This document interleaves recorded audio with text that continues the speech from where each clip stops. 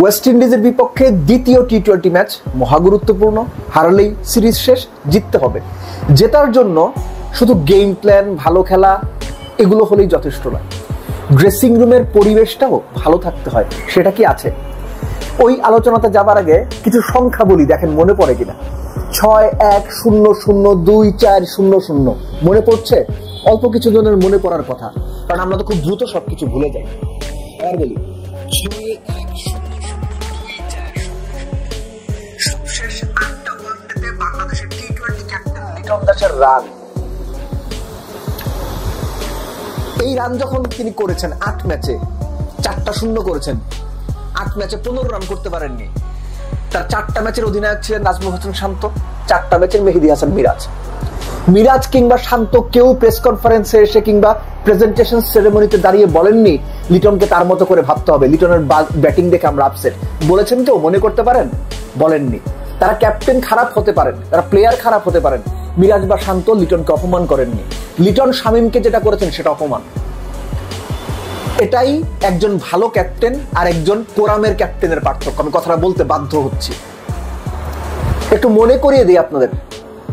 অনেকেই তো বলছেন শামীমকে এটা করা হয়েছে, ঠিক হয়েছে। অনেকে এটা মনে করেন। বাংলাদেশি হিসেবে এটা মনে করা খুব স্বাভাবিক ঘটনা। একই ঘটনা যদি নাজমুল হোসেন শান্তর বেলায় ঘটতো, অন্য কোনো ক্যাপ্টেন বলতো, আপনারা সেটাকেও ডিফেন্ড করে বলতেন একদম ঠিক কাজ করছে, শান্তকে করা উচিত। কারণ কি? আপনি শান্তকে পছন্দ করেন না। ঠিক এভাবেই আমাদের দেশটাও চলে। আপনার জন্য কারেক্ট হচ্ছে যারা আপনাদেরকে প্রেসারে রাখে। ঠিক আপনারা ওই টাইপের কাজ করেন যেটা আপনি ঠিক ভালো মনে করেন। আপনার কাছে যিনি ভালো তার সবকিছু ভালো, আপনার কাছে যিনি খারাপ তার সঙ্গে যদি একটা অন্যায় হয় আপনি সেই অন্যায়টা দেখে প্রশ্রয় দেন, হাততালি দেন। শামীমদের ক্ষেত্রে এই ঘটনাটা ঘটছে। আপনি একবার বোঝার চেষ্টা করেন না, ক্যাপ্টেন হিসেবে লিটন এই কথা বলতে পারেন না শামীম খুব খারাপ খেলছে, লাস্ট 10 ম্যাচে 4টা শূন্য করছে শামীম, সব ঠিক আছে।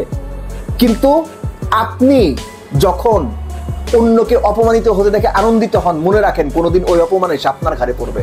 যে কারণে আপনারা মনে করেন লিটন যা করেছে ঠিক করেছে, লিটন অন্যায় করেছে, লিটন অসভ্যতা করেছে, ক্যাপ্টেন হিসেবে দলকে আগলে রাখতে পারেন। এবং আমি আবারও বলছি, লিটন প্রকারান্তরে ওই কোরাম ক্যাপ্টেনের তকমাটা আস্তে আস্তে গায়ে সাটিয়ে নিচ্ছেন। এনিওয়েজ, সেকেন্ড টি-20 ব্যাটিং কলাপস করেছে বাংলাদেশ, মিডল অর্ডার কলাপস করেছে। আমি এখন প্রশ্ন করি, লিটন যে দায়িত্বের কথা বলছেন, তিনি কি দায়িত্ব নিয়েছেন?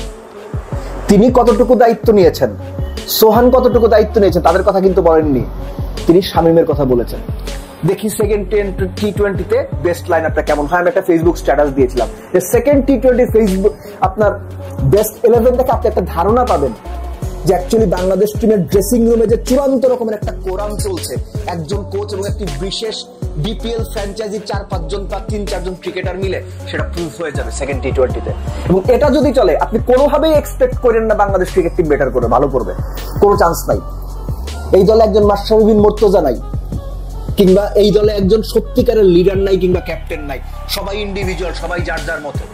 ক্যাপ্টেন হওয়া তো সহজ না, ক্যাপ্টেন হওয়া এত সহজ না। Shane Warne, Glenn McGrath, Jason Gillespie, Brett Lee, Ricky Ponting, Matthew হেডের, অ্যাডাম গিলক্রিস্ট, এই রকম প্লেয়ারের দলের ক্যাপ্টেন ছিলেন স্টিভ ওয়া। নেতা হইতে গেলে যোগ্যতা লাগে, নেতা হইতে গেলে দলটাকে আগলে রাখতে হয়।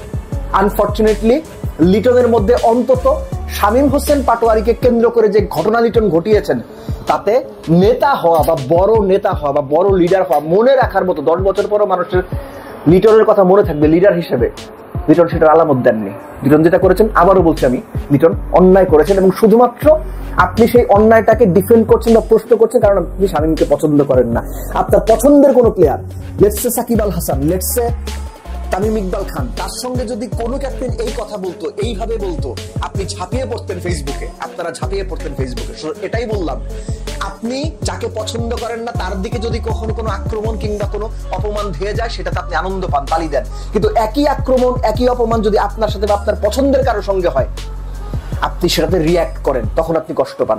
এটাই হচ্ছে আমাদের বড় সমস্যা।